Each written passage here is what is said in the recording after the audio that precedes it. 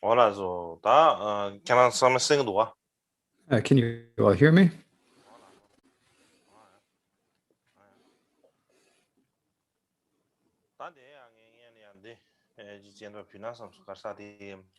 First, I thought I would show you this.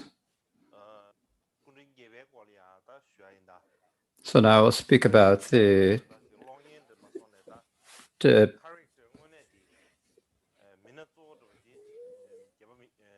so now I'll start speaking about Mikyo Dorje, because if this were a film, the main character would be Mikyo Dorje. So we say the Mikyo Dorje was invited to China by the Ming Emperor. We say that he was invited by the Chinese emperor. The other day I spoke about how he was brought to the region of Zhang. And so the year after he went to Zhang, and then the next year, people came from the Chinese emperor to invite him. Now, who was it? Who was the emperor who invited him? So it was a Ming emperor, whom I will show to you now.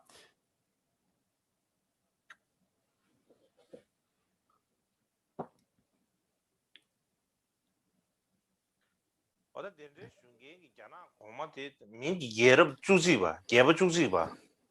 was the 11th emperor of the Ming dynasty, named Zheng De. His most well-known name is Zheng De.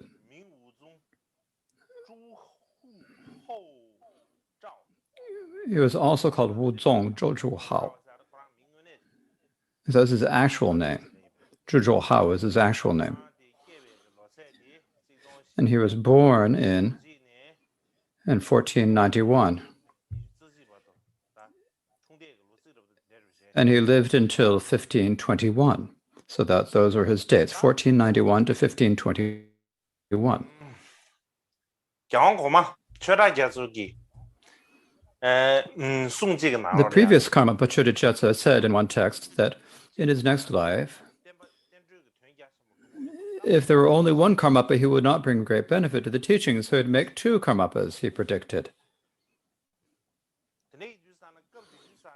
And so at that time,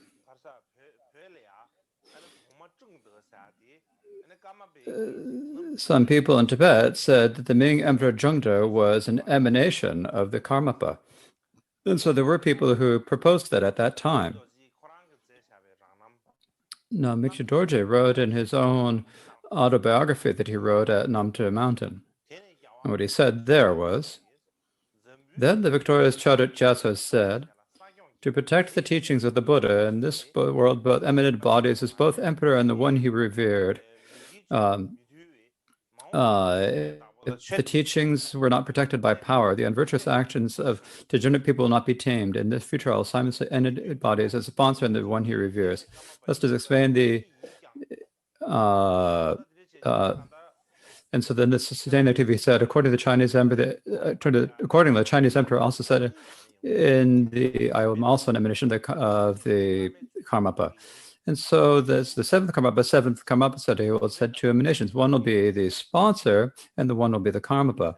And the one who was probably the sponsor is also the Chinese Emperor Zhengde. And he also himself said that he was the Karmapa. In 1505, as the year that Mikyo Dorje was born, and at that same day, the emperor acceded to the golden throne on that same day, as it is said. The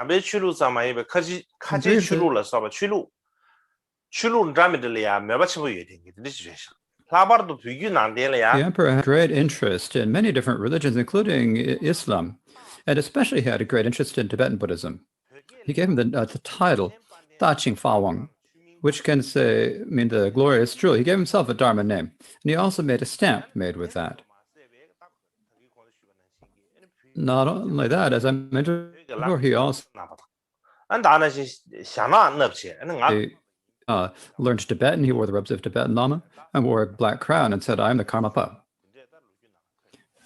And so events such as like this are described in the biographies.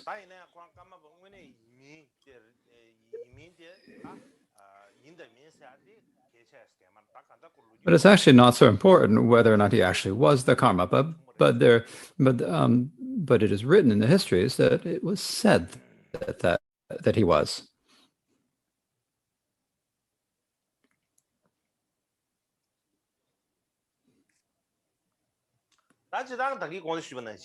Now, as I mentioned before, from the time of the fifth Karmapa, Deshin Shekpa, until the eighth Karmapa, Mikyo Dorje,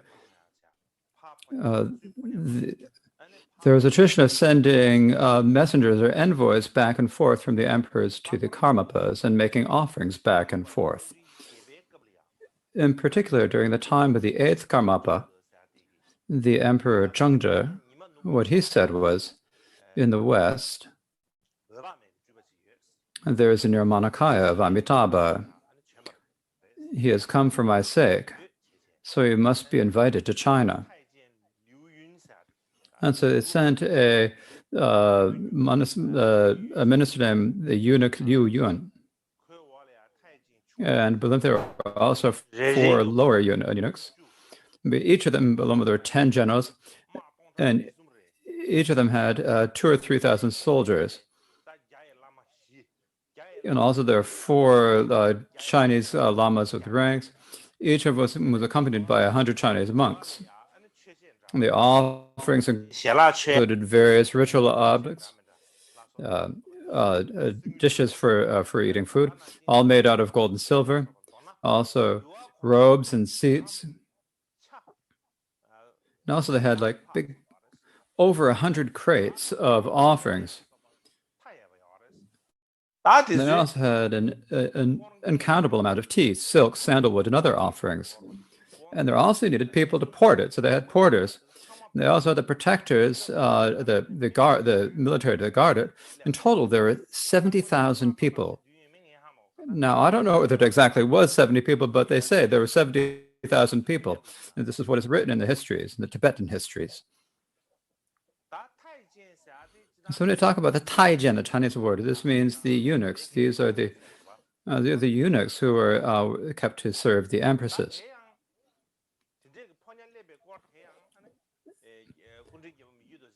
And Mikyo Dorje also wrote in his autobiography clearly, he said, "Bring from the West Amitabha's emanation to benefit me, who is known as the rebirth of the Karmapa, back to this great post." This command was given. And so basically, he was given this command.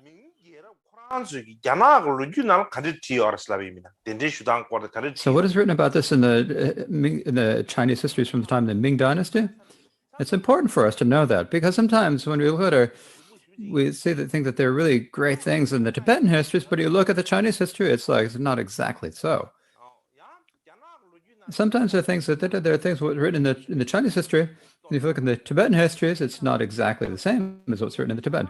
So at that time, if we want to know what exactly is going on at that time, you have to look at both the Chinese and the Tibetan histories.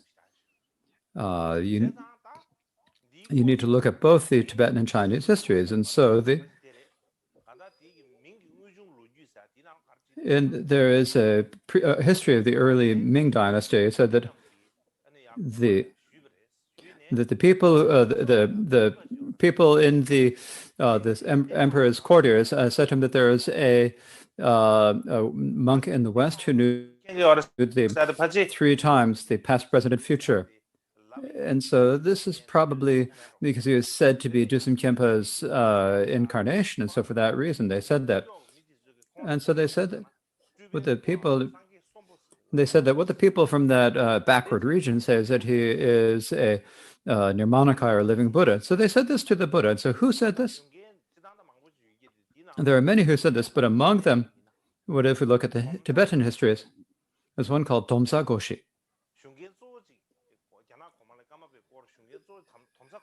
The first one to inform the emperor about the Karmapa was Domsa Goshi. 고시세한테 누가 철학이야서기 고시기 막 세네 나서. Seventh Karmapa, Guoshu, he was given the title Guoshu by the seventh Karmapa, Chudajesu. He was sent to China by the Karmapa, probably by the seventh Karmapa.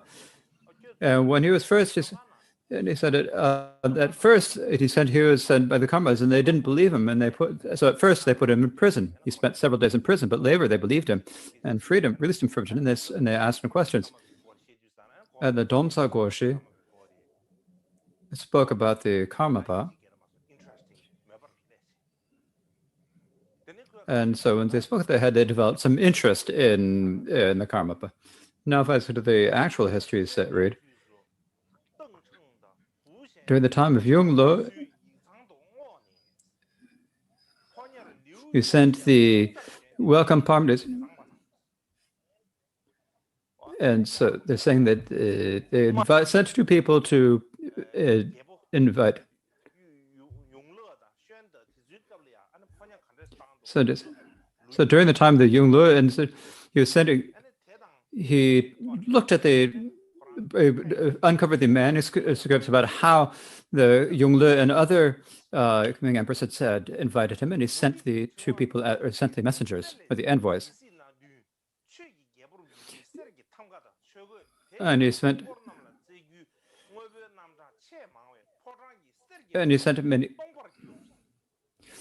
a lot of great offerings and so forth, that he actually depleted the royal treasury, and so he made so many offerings. He sent many offerings to them after the Karmapa, but he also brought many offerings for the for the retinue. So he sent so many offerings that they actually emptied the treasury. So this is recorded in the Sutras. And sometimes in Tibetans we say that they emptied the treasury of gold. But actually, they did empty the cemetery of gold, and so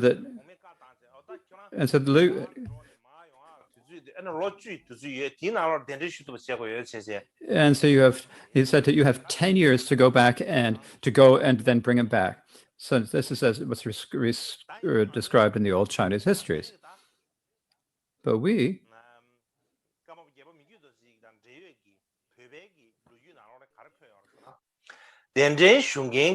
what's written in the histories, the Tibetan history, is related to Mikyo Dorje. So that this Zhiyuan actually had very little faith in the divine, but because it was sent by the emperor, he had no choice but to go. So what he thought himself as the Karmapa was given such I was given such a strong order by the emperor, if I don't, but I'm going to. He thought to himself that if Karmapa did not accept the invitation now, he should use military force to abduct him and bring him back. And so his thought is not entirely. So his intention was not entirely pure. And so he had the many people and the soldiers and porters and all the other associate people. There are somewhere around 70,000 people. It's difficult. 70,000, it's difficult to mind around it, but this is written in many old documents, including Mikyo Dorje wrote this, Paul Solokono wrote this, and many others written. So I'm going to take it as just, that's what it was. It was 70,000. So a whole lot of people came. And then we came to the place called Rabgang. That's where they all stopped. And the eunuch meant us to stop there. And the reason why that is because they went straight into Tibet. From one perspective, because there's so many of them, they would have caused great problems for the people, and also because the minister actually didn't want to go there. He had said that as he goes along, he had people singing songs and dancing for him. And so when they got to Tibet, so it's difficult path, and so he stayed there, and he sent people off to see the Karmapa and said, "Please go," and sent people, and he just stayed, enjoying himself back at the camp. He probably said a lot of people. 미팅 숨쉬시는 스타도 인베이네야 다 될래야 They probably 미세 sent parties. 유도지 코랑 셰셰 There's 만나래 3 or 4 different parties to the encampment. But Mikudorje did not accept, no matter how many people said.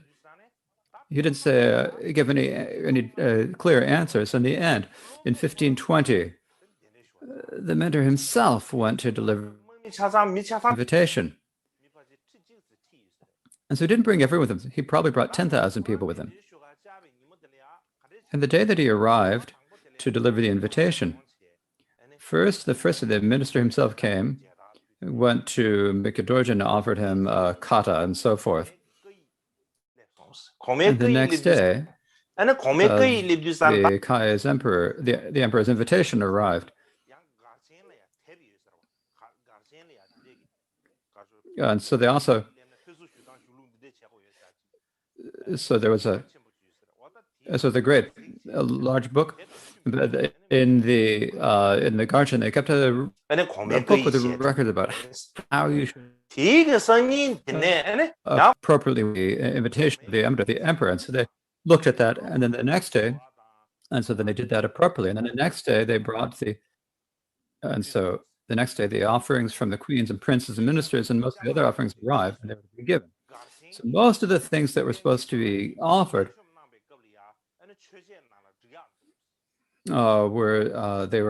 the gondola shrine was and they're to be set up as offerings at the encampment shrines. But when the first met Mikudorje saw that that the omens were not good, and Mikudorje also had a pure vision of Avalokiteshvara, who had said that the emperor would not live very much longer. He would soon pass away. So it'd be better for you not to go, Avalokiteshvara said. And so Mikudorje had this vision.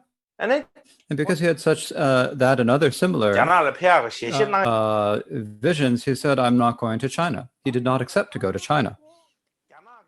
However, the minister had a very strict order.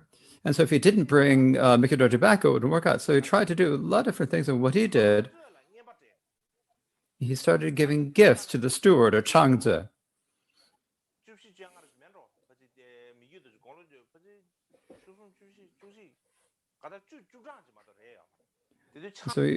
So Mikudorje was only in his teens, and so the minister gave the gifts to the steward and tried to submit it, and said, if you do this, I will give you the rank of a Gui Gompa. So Gui Gompa is like this it's like the highest realm, the highest rank in the encampment of the Gui Gompa. And so so these two are like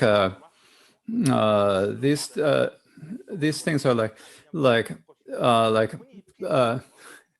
this is like ping and sha, like noodles and meat. The meat are always very good. So they are getting together very well. And so when they're deciding about what to do, the steward said, if the Karmapa won't go, so what we should do is this.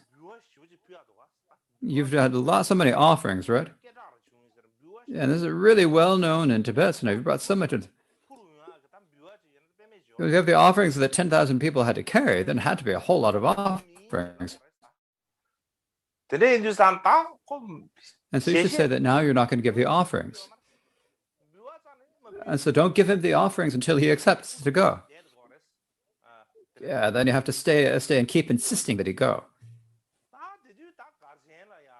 At that time at the Garchen, in the great encampment, there were a lot of people. There were great lamas, and all the great lamas and important people got together. And so there's a Gyatamba, Sormampa, Ling Drusi, Chama Goshri, the Dhamma Discipline Master, and all of the important people in the encampment got together and had a discussion. They had a meeting. In the meeting, they said, what do we should do? The Karmapa is not going to go. And if he doesn't go, what we should do is, let's not do this. What we should say is this. Say that he's going to go on some particular date. He's going to go. He's not going to go. In the future, on this month, on this date, he will go. 피자한테 마시에나 양고 귀셔 매버로 차로 묘아도 시규시스 then 롬보 권한도 If 된대 he takes the offerings, if he doesn't take the offerings, then it's not respected. So he will accept the offerings. 권한도 깔래 하고 싶이 중요하라 And he also makes some gifts to the minister and everyone else who came to Inland because they went to a lot of difficulty. 센터는 까쇼 나한지 And you should send a letter to the emperor in the Karmapa's name, and everyone can go back. And if you do that, then there wouldn't be any published from because it says on the document, we can't go right now. And so when the people delivering the invitation return, then they would go back. So there wouldn't be any harm to them if they go back. There wouldn't be any fault. So if most of the invitation, so most of the people in the party should go, but 2 eunuchs could remain at the encampment. And so that was the discussion that they had, the agreement they made. And when they had this discussion, and then they asked the Karmapa, and the Karmapa said, and so the Mikdoji spoke to the master and said, the omens are not good for me to go now, but in order that you not be punished when you return, I can promise that I will go later. And when they said that, then the minister didn't accept that at all. He said, I couldn't expect it. He just shook his head. And he probably said, pushing, or no good. And he said, no. What he was saying, because he had some sort of a certainty.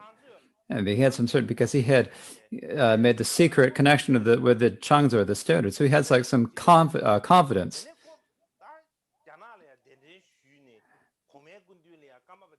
And if you had to if you would be able to bring the Karmapa back to the emperor, they'd have like a great status. And so he pretended to get angry, and he took all the offerings and immediately left. You can go or not.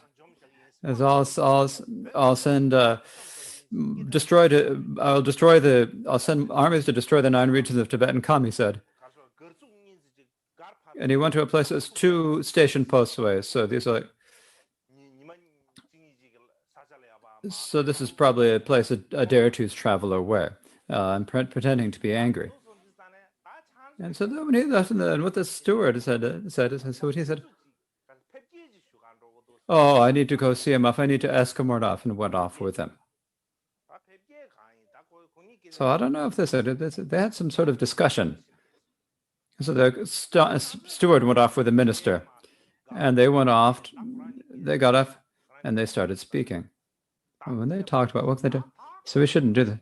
So what we should do? We should bring him back by force.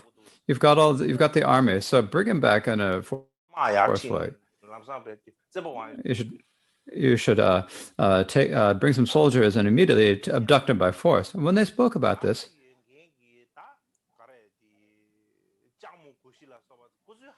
so also the Jamo Gushe and others, the great lamas in the Tibet, heard about this.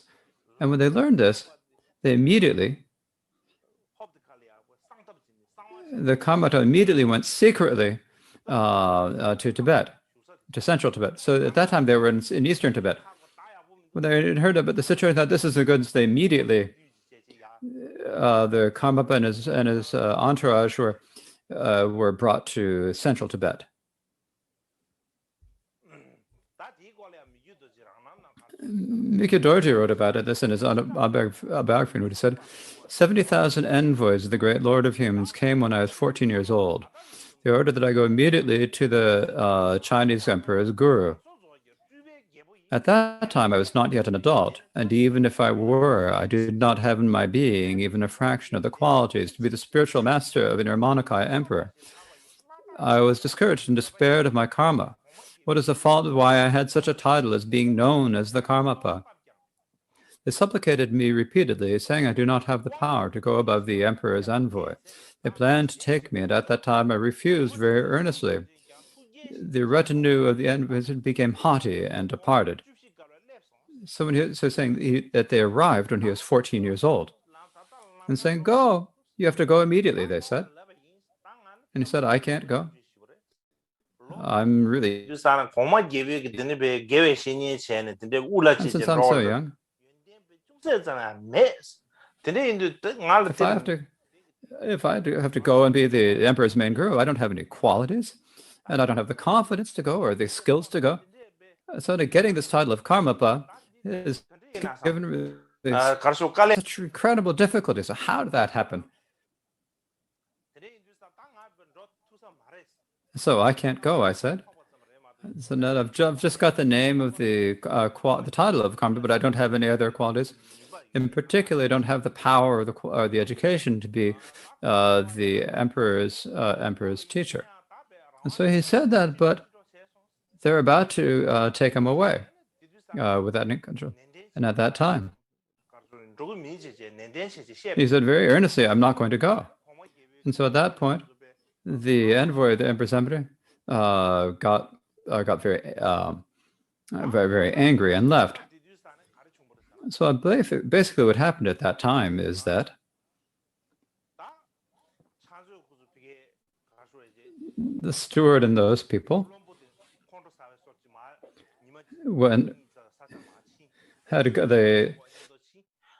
the minister had pretended to get angry, gone off to a place a day or two later. The steward went with him. They made the plan to abduct the Karmapa by force. And the other Rinpoches and so forth, the great lamas in the encampment brought the Karmapa to Tibet. And at that point, the minister had no choice but to go. And so as they traveled back, they really didn't go well for them because they were met by a lot of bandits because everyone in Tibet knew of all the valuable things. And so they came day and night.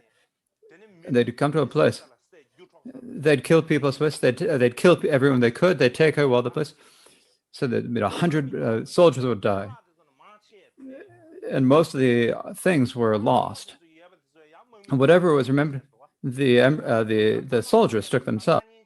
In the very end, there was like nothing that could happen. And there's nothing to do. So the master doesn't. He had some sort of a good fence. He was able to escape and able to get to Chengdu. So it's going to be called the current day Chengdu. So there's a situation that happened. So please don't tell anyone. You can't tell this to the emperor, because he had really had such a great responsibility. If the emperor found out, so he told everyone about this. And so he went back to Peking. Something worked out for him, and when he got back, and at that time, the Ming emperor the Chinese emperor had passed away. The emperor had passed away, but after him there was another emperor, of course. And so this person later found out about how badly his work had gone. I was almost about to execute him. But he had many different connections, and they made a request, and they said, and he was almost executed, but it wasn't. But he was stripped of all his ranks.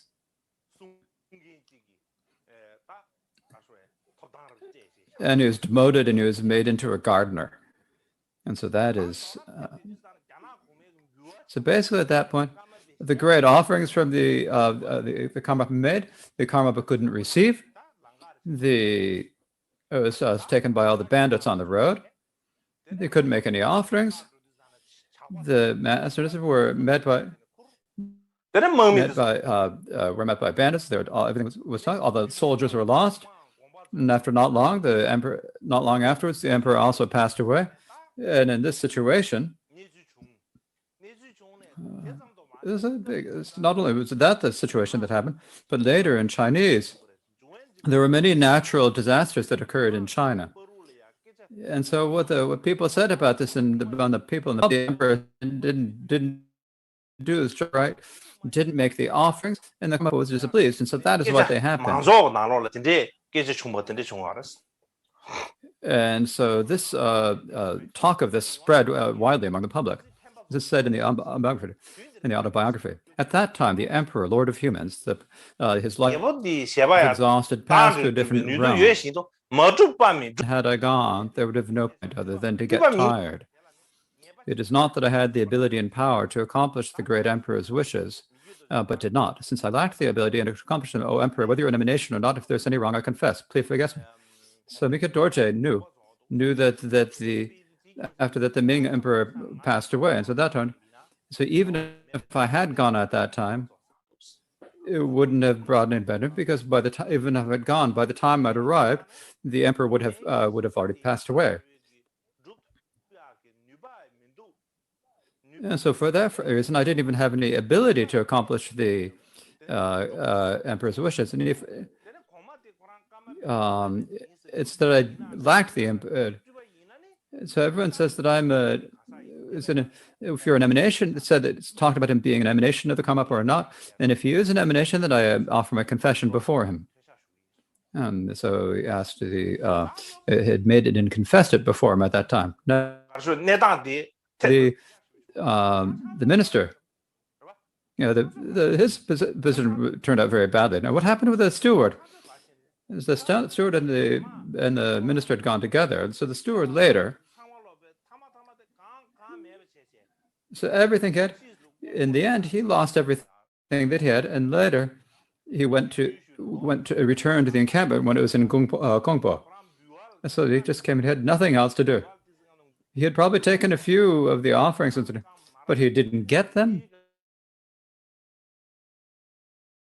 He didn't get on them. Eventually, when the encampment was in Kongpo, he went very, very meekly with his tail between his legs.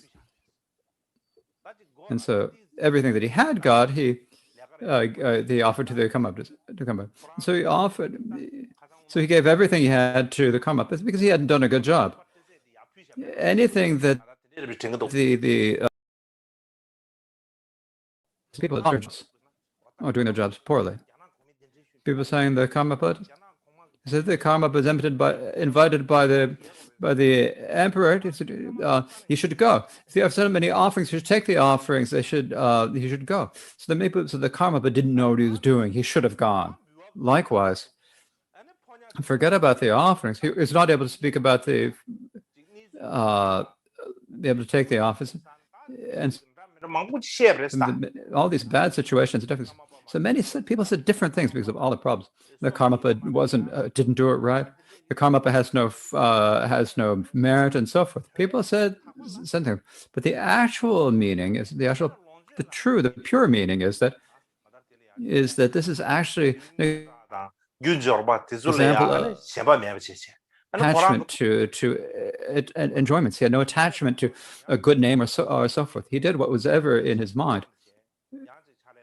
He wouldn't necessarily go do something just because someone was giving him offers, or the Ming emperor was well known, so he should go. He didn't think in that way. Mikhet Dorje himself, from the time he was young, his character was different from others. He was someone who really stood on his own foot, and no matter what anyone else said, when he didn't follow them, he would think and examine and do the work the way he wanted to. I've lost my connection for a moment. And so for that reason, he didn't go. And so him not going actually turned out very well, because if he had gone, when he had arrived in China, it would have been at the same time that the emperor had passed away. You can see it his action is good. So it's only later that we could recognize that. And so for that reason, when we look at the life stories of the great beings, if we think about it, you sort of wonder, well, what is that? Why they do that? Maybe it would have been better for them to do something else. So some people, when we're looking at it, we can only really see what's in front of us. We can't see anything else. And so when we think about the deeds of the gurus, we can't get our minds around them. And so what is this? Why are they doing that? But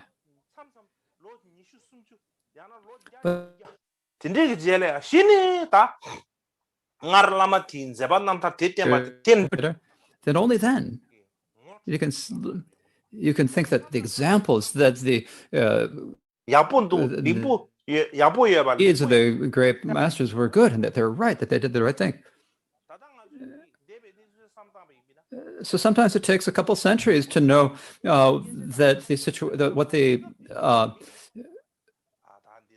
there are many situations. So it's only after a couple centuries we can know that what they did good, that what they did was good. There are many great masters in Tibet, and then during their time that no one thought about them good. People thought, oh, they should do what I think. They're not doing this. But then later, when you look back at them from a couple hundred years later, said actually what they were doing was good. It's because we're so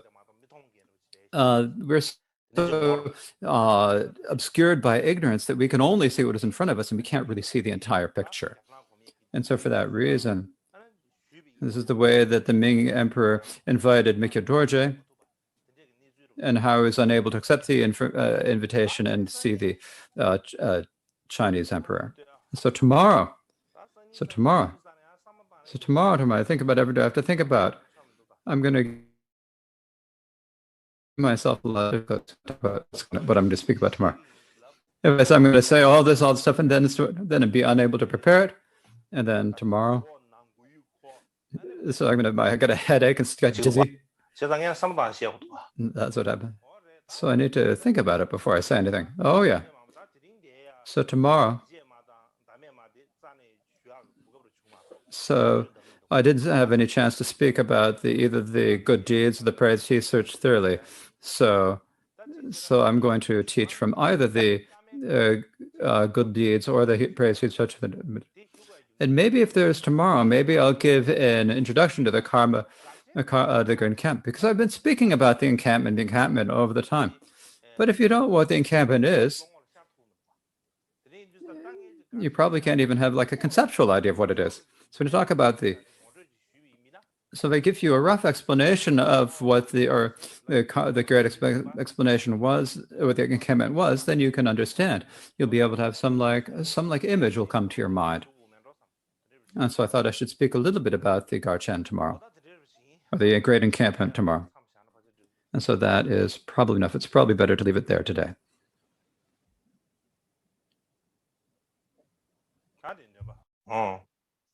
So we recite the closing prayers.